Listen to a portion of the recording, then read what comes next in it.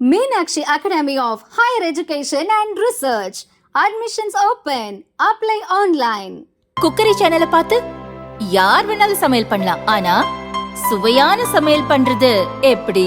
நான் இதயம் நல்லெண்ணெயில சமையல் பண்றேன். ஆஹா ஓஹோன்னு பாராட்டுறாங்க. நீங்களும் இதயம் நல்லெண்ணெயில சமையல் பண்ணுங்க, பாராட்ட வாங்குங்க. தினம் தோறும் வாங்குவே இதயம். 2009 நெல்லை சாரா டக்கர் கல்லூரியில் உதவி பேராசிரியர் நியமனம் நடந்தது. அரசு நியமனத்தில் நடந்த குளறுபடியால் 2020 பேராசிரியர்கள் சென்னை ஹைகோர்ட் மதுரை கிளையில் வழக்கு தொடர்ந்தனர்.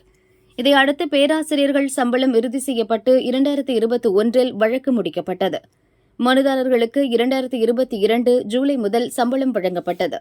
இதைத் தொடர்ந்து 2009 முதல் 2022 வரைக்கான சம்பளம் சலுகைகள் வழங்க உத்தரவிட வேண்டும் என உதவி பேராசிரியர்கள் ஹைகோர்ட்டில் மனு கொடுத்தனர். விசாரணையின் போது அரசிடமிருந்து சிறப்பு மானியம் பெறப்பட்டதும் சம்பள நிலுவை வழங்கப்படும் என அரசு தரப்பு வழக்கறிஞர் தெரிவித்தார். மனுதாரர்கள் அங்கீகரிக்கப்பட்ட உதவி பேராசிரியர்கள் அவர்கள் பணிபுரிந்த காலத்திற்கான சம்பளத்தை வழங்க வேண்டும் என நீதிபதி உத்தரவிட்டார்.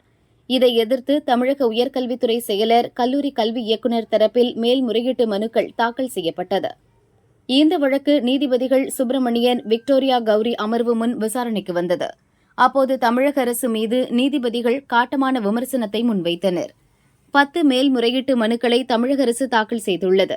இது குடிமக்கள் மீதான படுமோசமான விளையாட்டின் விளைவாக எழும் அற்பமான செயல். இதுபோன்ற ஒரு முடிவு அரசால் எடுக்கப்படுவது எங்களுக்கு ஆச்சரியமாக இருக்கிறது. 2009 உதவி பேராசிரியர்கள் நியமிக்கப்பட்டனர்.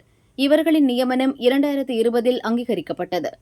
பின் ஒப்புதலை ரத்து செய்து சம்பளத்தை மறுக்க முயற்சி மேற்கொள்ளப்பட்டது.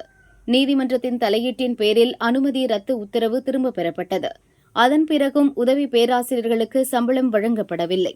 இப்போது அரசின் மேல்முறையீட்டு மனுக்கள் அனைத்தும் தள்ளுபடி செய்யப்படுகிறது. ஒவ்வொரு முறையீட்டு மனுவிற்கும் தலா 50,000 அபராதம் விதிக்கப்படுகிறது. அதில் பாதியை உதவி பேராசிரியர்களுக்கும் மீதமுள்ளதை சென்னை அடையாறு கேன்சர் அறக்கட்டளைக்கும் வழங்க வேண்டும்.